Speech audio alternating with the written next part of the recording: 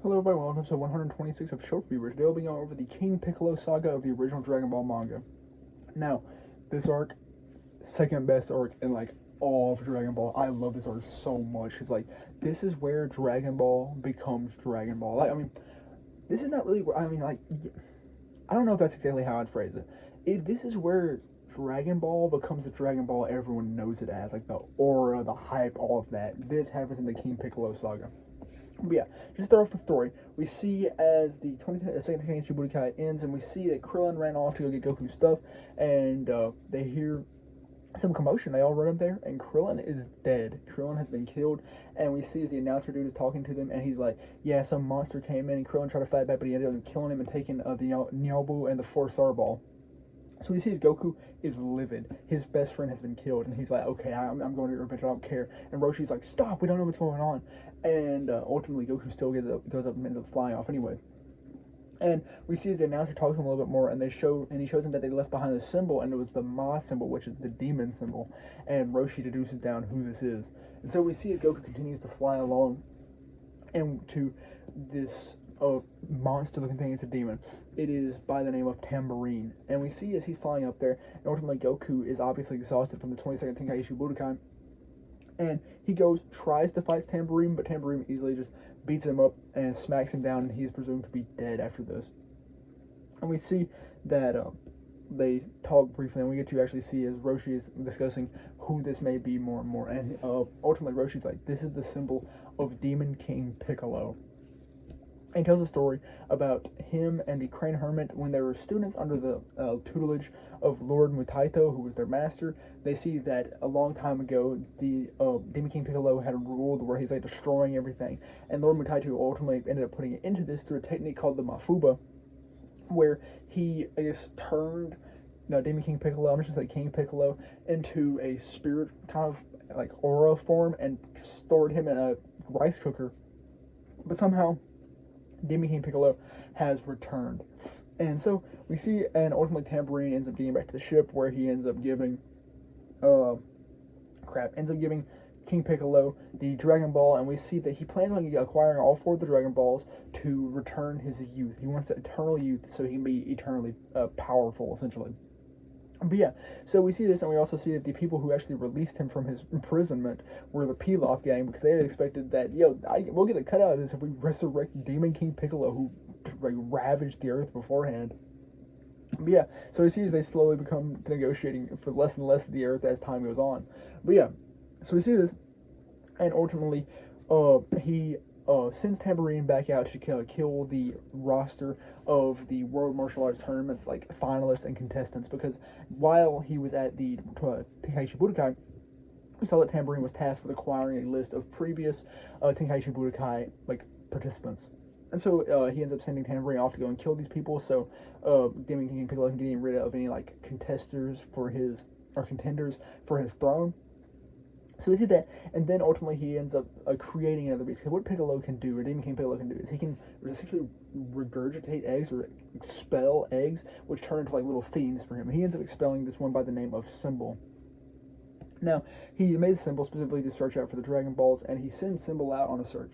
Now, this is where we see Goku once more, and Goku actually is, in fact, not dead. He landed in a forest somewhere where he found a big fish cooking, so he went, ate that thing, and became rejuvenated and all of that. So he's ready to go. But he ends up running to the person whose fish that was, as it is a little plump dude by the name of Yajirobe. Him and Goku appear to be about the same age. And they get talking a little bit, and Yajirobe shows his power by sparring with Goku briefly, and it seems that everything's cool. And then ultimately we see as Symbol actually ends up pulling up on them, because Yajirobe has the 1-star ball as a necklace of his, and Goku was trying to get it from him, but Yajirobe was like, no, you stole my food, I'm not doing that. So ultimately they end up fighting Symbol, and Yajirobe is the one tasked with this, so they play rock, paper, scissors, and Goku loses, so Yajirobe ends up fighting Symbol and showing his strength when he is able to ultimately beat Symbol. And he ends up cooking up Symbol and all of that, and Goku reveals to him that, someone else will be coming because you have that Dragon Ball. And ultimately, we see that Tambourine pulls up. Now, this is the big rematch between him and Goku, because Goku is now fully powered, and Tambourine is not ready for the smoke, because Goku ends up piecing Bro up very easily. Tambourine tries to flee off at one point, but Goku ends up vaporizing him in the air with a Kamehameha, so it went crazy. But yeah, so we see this, then we see as him and as Goku goes back down to with Yajirobe, and they kind of talk a little bit more about what's happening and everything. And ultimately, we learn that, well, we don't learn this, but we see as Yajirobe ends up learning that, well, actually, no, I'll get to that later. But yeah, so we have this, and then we see as the, like Kame house, we have Tien, Roshi, and who is it else at the time? Chiaotzu. They're all searching for the Dragon Balls because they want to get all the Dragon Balls before Demon King Piccolo can, so he cannot make his wish for eternal youth. However, Piccolo has already acquired 2 of the balls, so he ultimately ends up eating them so no one else can get them. And so, with this, we see as after having Tambourine Symbol be defeated, Piccolo's like, okay, I gotta pull up and show that whoever this is, that I'm boss around here. So he ends up pulling up to where Yajirobe and Goku are. And so, we see as Goku is ultimately faced up against old Demon King Piccolo, because Yajirobe ends up fleeing because he learned who Piccolo was through tales of that Piccolo from the past. And so we see as Goku and Piccolo fight, and Goku gets beat bad. Like, he gets beat really bad. And ultimately, we see that he is struck with, I believe it is a ki blast here. Yes. Yeah, he's hit with a blast, and he is presumed dead. His heart stops, and King Piccolo ends up going back up and heading off. But yeah, so actually, I believe he ends up taking the Dragon Ball off Goku, I believe. And once he gets these 2 Dragon Balls, that's when he eats them, yeah. So, we ultimately see as Goku is presumed dead, and Yajirobe ends up pulling up on him after he's like, dang, Goku didn't have to die that young. But then he listens to Goku's heart, and Goku's heart, in fact, only briefly stopped. So we see as Yajirobe ends up taking him up, and Goku tells him how to take him to the Karin pole, and he's kind of gotten him to where that is over time. But yeah, so essentially, as the team searching for the Dragon Balls ends up pulling up to the area because they saw that Piccolo was around here, and they wanted to acquire the Dragon Balls and like set up a trap for Piccolo.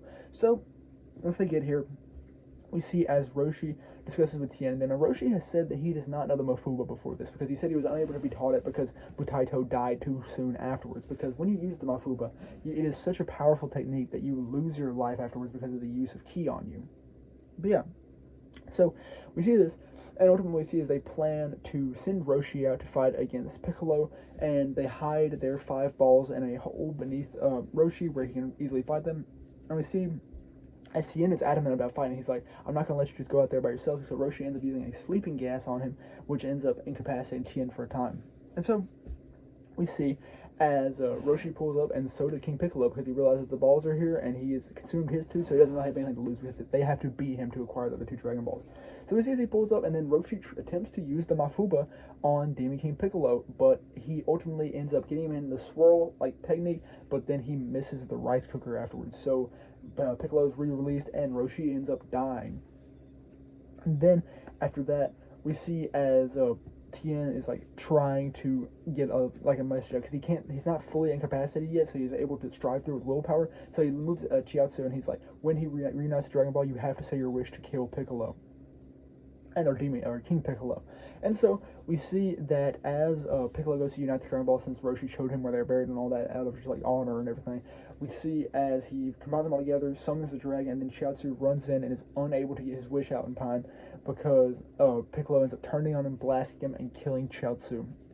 So after this, I see as Tien's kind of like, crap, and he just kind of lays there because he can't really do anything. And then we see as Piccolo summons the dragon, wishes for his eternal youth, is granted it, and then kills Shenlong. And I gotta show you, or Shenlong, whatever you want to call him. But yeah, I gotta show you the panel of the dragon, because I always love the panel of Shenlong getting summoned. Hold up here. Let's look at this. Yes. But yeah, after this, like I said, Piccolo has no use for Shenlong, so he ends up obliterating him. He hits him with a ki blast and kills him. So, Piccolo has done some crazy stuff so far, but we see as Goku is being transported to the Karin pole, where ultimately he ends up going to the top, and he speaks with Karin, and he's like, I need something else to boost my training. And Karin's like, I don't have anywhere else to train you because you're even more powerful than I am now. However, he's like, I do have this water that is called the water of the gods, and if you can drink it, then you will have all of your potential unlocked. And he's like, however, 14 people have tried to drink it, and none of them have survived. We don't even necessarily know if it will give you the intended benefit. And we see that Yajirobe takes a brief sip of it. Also, he got Yajirobe up the pole because he said, yo, there's a feast up here. And we get to see a brief instance of Bora and Upa, which is real cool, as always. And Yajirobe ends up climbing up there. He's like, where's the meal at? And Goku's like, here's the bean I talked about. And Yajirobe freaks out, and he eats like a ton of senzu beans, and he probably gets like inflated. But yeah, so we see with the the water of the gods, Goku ultimately ends up drinking it, and he is in writhing pain for, I believe it said it's 6 hours. And it's presumed that he will not come out of this, but ultimately Goku does end up striving through, and his potential is unlocked, and he is substantially more powerful. Now, during this time, we see that Tien is also training for the Mafuba, because he's like, I have to be the one to beat Piccolo, because everyone else is presumably dead. And so we see he's training the Mafuba, and ultimately he ends up mastering the Mafuba.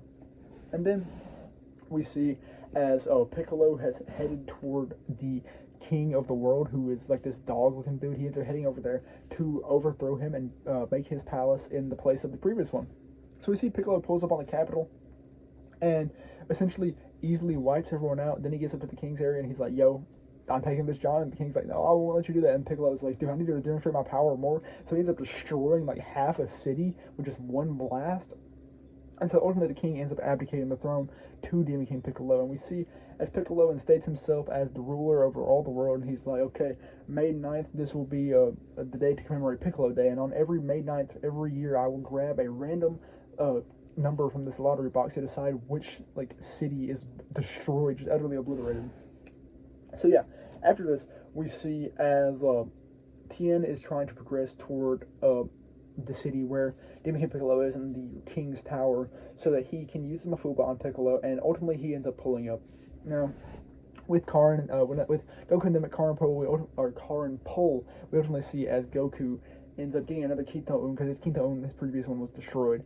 And so we see as he acquires the Kinto-Un, because the Kinto-Un comes from this big, great Kinto-Un, which Karin tends over, and that's where Roshi got his from. So we see Goku takes it, and he heads over to the city as well, because he realized that he needs to get here and stop Piccolo. But yeah, then we see Tien. He ends up hopping out, and he calls forth, challenges Piccolo. And so Piccolo's like, I'm not gonna fight you because you're not worthy of my time. So he ends up spawning another spawn of his by the name of Drum. And now it's this big, beefy demon thing. And Tien goes up against him, and Tien is beat pretty soundly. And we get to see that King Piccolo does respect Tien's bujutsu, though, because that's a levitation technique. But yeah, so we see as Tien is ultimately beaten, and as Drum is about to pull the finishing move, Goku runs in and just domes, bro. Like, he takes Tien away, and then we see as Demon King Piccolo is like talking about how he won't be able to beat Drum. Let me find a specific panel here, because holy smokes, it is kind of brutal for a Dragon Ball kill. But yeah, so there's just a look at what Drum looks like. But yeah, so we see as Tien is ultimately saved by Goku, and then the King Piccolo then tells Drum to kill both of them, and then we see as Goku hits, which panel is it?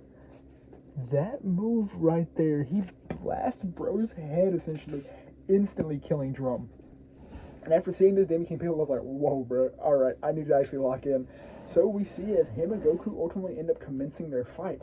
And during this, we see in the first half of the fight that Goku is doing very well against Demon King Piccolo. He's striving. And we see as he continues to do well, but ultimately Piccolo pulls it out that, yo, I'm not actually going at my full power. So he's like, I'm going to do and power up. So he ends up like straining, and we see the aura of ki appears around him. And then he becomes much stronger. And then Goku's like, I'll also go at my full might as well. Also, before this fight, we actually get to see it's gonna sound so corny, but the aura pose for Goku, where he kind of hits like the arms wide like that, like the over the side shoulder, like he hits with when he first turns Super Saiyan on Namek. We actually get to see that pose as well. And I just love that pose for Goku, because it just like emits and just absolutely releases aura. Let me see this. Let me find it. Where's it at? Gosh, I already seen him blasting Drum. This pose right here. Like, this is the first time where he majorly hits that. And, oh, it's got so much aura radiating off of it. But yeah, so they both end up boosting to their full power. And we see as they're fighting, and ultimately at one point, Demon King Piccolo is able to essentially incapacitate one of Goku's legs by blasting it with a ki blast. And then we see that Goku actually is able to perform well even with this. He ends up using Nyobu to assist him in his mobility, where he ends up getting a couple more hits on Piccolo. He actually ends up pulling a Kamehameha on Piccolo, and Tien even yells, "Yo, that won't work," but Goku is able to wrap it around and hit him with a bluff one. But yeah, so we see that, and then ultimately Demon King Piccolo's like, "Yo, you know what? I'm just gonna hit you with this insane ki blast so you cannot survive this." So he ends up building up a bunch of his ki and blasting at Goku, but Goku's actually able to dodge this because Tien ends up coming in time and lifting him up with his Bujutsu so that he is not hit by the ki blast. Then he ends up putting Goku back down, and Goku's like, "Yeah, okay, you exhausted a lot of your strength with that, and I'm also kind of exhausted, so we're at kind of like even level right now." However, Demon King Piccolo is actually able to grab Tien during this time, and he holds Tien hostage, and he's like, "I will crush this dude's skull if you move another inch." So during this time, to take advantage of Goku's connection to Tien, he ends up throwing rocks at Goku's limbs to break him. And we see as Goku's left with everything but one broken arm. And Demon King Piccolo comments on how he looks like a caterpillar down there. But yeah, so the fight ends up continuing, and he's like, "I'm going to kill Tien, and I'm going to kill you as well." He drops Tien, he's like, "I'm going to kill him later." But then he walks over and prepares to kill Goku, and he jumps up in the air, and he jumps real high, and he's preparing, he's moving down with his hand perfectly to spear Goku, and Goku's like, "Well, you didn't forget my one fist." So what Goku ends up doing is he uses one of his arms to push down a ki blast, kind of like Kamehameha, and then as he's going up, he points his fist up and busts through Demon King Piccolo. Holy aura! I gotta find it again. I actually gotta show it to you. It is so sick. This is genuinely one of my favorite scenes in all of Dragon Ball because it is way too cool. But yeah, let's see. Where is it at? But yeah, he propels himself off the ground, jumps up. Bro looks like he's going in for a dunk, and then he pulls this move right here. There's no telling how much of like a freak out people had to have had with this swap between chapters, because we have chapter 161 and then 162 are like almost at the moment, but then Goku hits this pure triumph right there and blasts through Piccolo, and that is literally one of the best climaxes to all of any Dragon Ball saga whatsoever. I love that scene because Goku is just triumphant. He's got his fist up and he just punched a hole through it, dude. Like, ooh, cinema. But yeah, so after this, we see as Demon King Piccolo, he's utterly defeated now, and Goku falls back to the ground. And though Piccolo is still residing in the air, he's not going to live. So what he ends up doing is he ends up regurgitating another egg, and he's like, "Go, my son, and one day you will have vengeance on Son Goku." So he ends up spitting out this egg to a far beyond land and allowing his progeny to prepare and one day plot revenge against Goku.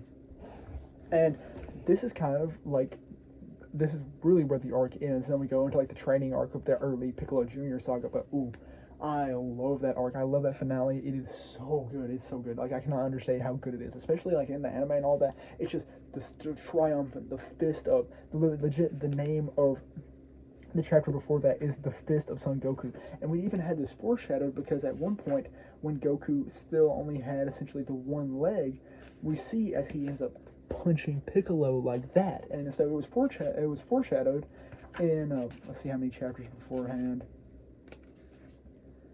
In 2 chapters beforehand. So like, yeah, it was absolutely sick, and I love that scene so much. Like, I cannot state. I know that's been talked on so many times, but ooh, it is such a peak scene. And but yeah, that arc, it's so difficult for me to pick between it and the 22nd Tenkaichi Budokai, because like I love that moment so much, and I love the moment where Goku stands up with the over the shoulder look and all that. Like, ooh, it is phenomenal writing, and I love the story behind the Demon King Piccolo saga. Like, it sets up so well for the 23rd Tenkaichi Budokai and the Piccolo Jr. saga that it's just phenomenal storytelling. Like, I cannot state how grand and how great that arc is. But yeah, like, I mean, it's not even that long either. Like, it is a relatively short arc. Like, I believe it's only around 30 or so chapters, and it is still phenomenal. It always astounds me about how each Dragon Ball arc is so short, yet it does so much in that time that it has. But yeah, that scene, and that's where Goku became, like, he was Kakarot there for a second, if you know the like, Goku Kakarot separation, even though they're just one person, and Goku is always pure of heart.